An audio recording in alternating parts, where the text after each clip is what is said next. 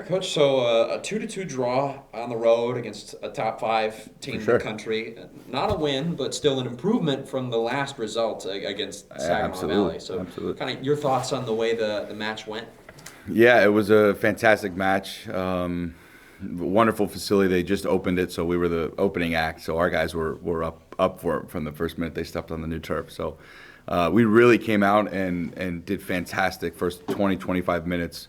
Probably the best football we've played all year. From an attacking standpoint, we created chances. Obviously, we got the early goal, the early initiative, but we got corners. We were possessing well. And we were up for it. And so that is a fantastic sign that we continue to try to push ourselves to be better in against better opposition. Unfortunately, there was a lapse of concentration on the first goal.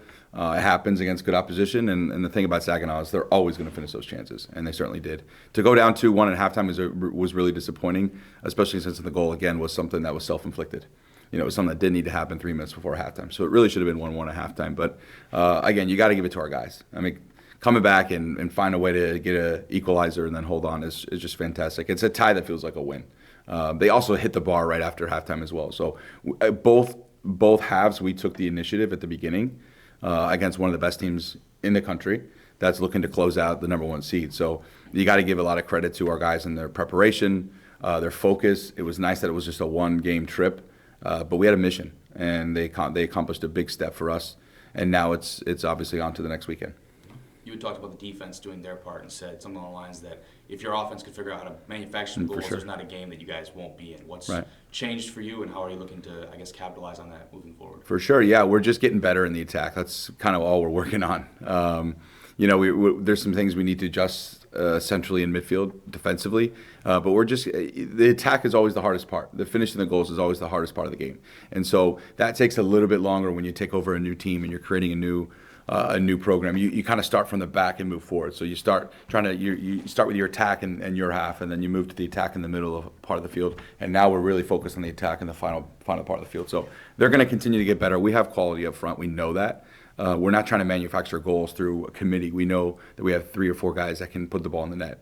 And so we're just going to give them the repetitions in training and keep giving them the opportunities to succeed. And that's through managing their bodies and making sure that we're healthy, fit, and in the right form when we're performing. And so that's on the coaching staff. Obviously, Emily's done a great job with keeping the guys healthy. Jenna's done a great job in the weight room, keeping these guys fit. So it's really been a full team process for us to be in this position with not many injuries, which we had a lot early on. So we feel good about the rotations, the numbers we have, and heading into this huge weekend. Like you said, Coach, a huge weekend coming up. This is the first time for the Cats with 2 matches in a week since September 16th and 18th. So with that in mind, how does that change how you go about your business during the week leading up to these matches? Well, yeah, it's definitely changed. We've reverted back to our 3-day preparation. So that's obviously in play. But we feel great about it because we've only had 1 game a week for 3 weeks. So we're in a much healthier position. We've got guys that are rested, and so we feel great that we can go in and have a successful weekend from a physical side. So we need to take care of business on Friday, and then it's always going to be difficult for a road team to come in here on a Sunday because it's always further away from wherever they were. So they have to play Parkside on Friday, and then Purdue's got to come here on Sunday. So that's a tough trip. So we need to take advantage of both. A lot of energy on Friday being the first game, and then Sunday, being the team that didn't have to travel an additional 5-6 hours on either Friday or Saturday night. So like you said, Coach, it's Davenport on Friday, and Yeah. then with Purdue Northwest coming to town on Sunday. Your thoughts on these matchups? Yeah, they're both going to be tough. Obviously, we lost to Purdue Northwest, so that one for us is we've circled that one on the calendar. But Davenport is a good team. They're experienced. They've won a lot of games in a row, and they've also won the NCAA tournament last year. So it's a very experienced team. They played a lot of good opponents like us. So it's going to be tough, physical. It's not going to be a game like Saginaw. Saginaw like to play a lot more possession. There was much more combinations in central midfield. Davenport is going to bypass midfield a lot more and put a lot of pressure on our back line to defend headers and second balls and 1v1 matchups. And it's going to be a little bit more of a direct game. So we have to be up for a little bit more of a physical fight. We will be, but we know based on that we're going to get chances in transition. So if we can be good in attacking transition, then we should have some success. And then from the standpoint of Purdue Northwest, again, they are a very well-coached team. They came out with a different shape against us last time. So we'll see what they come out against us this time. But we know that they're going to be well coached, they're organized, they're tough. They're ahead. Both of these teams are ahead of us in the standings. So we're looking up at these two teams. And if we can get a 6-point weekend, then we're right back in it, and we'll hit the road for a 3-game swing on the road. So then that Sunday matchup against Purdue Northwest is Senior Day, the Cats as well. Actually, it's actually Friday. That was a typo on the website. Oh, so it's actually the women are doing their Senior Day on Sunday. We're doing ours on Friday. That way, each team has a separate day honoring their seniors. Right. Yeah. Okay. So that will be on Friday for Davenport. Gotcha. Okay.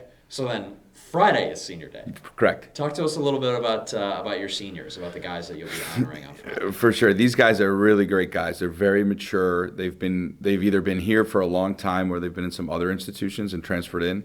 So they bring a wealth of maturity and understanding of this process from the beginning. Some of these guys were even in the hiring and selection committee and part of interviewing me through the process. So they're very mature and they've been part of our early success. There's no doubt about it. I can't speak to the time when I wasn't here in terms of their playing ability, but they're all great players.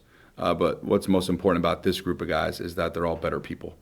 They're fantastic humans, and they will do anything for this program and to help us succeed, whether it's now or in the future. And so that's the type of alumni that you want to bring in, so that they leave the program wanting to give back, wanting to help the program succeed. And in these 5 guys, you have that. Hopefully we get a couple of them back as master's students. They still have to get into school. But as a senior group, I couldn't ask for a stronger senior group of players to start my career here as a head coach.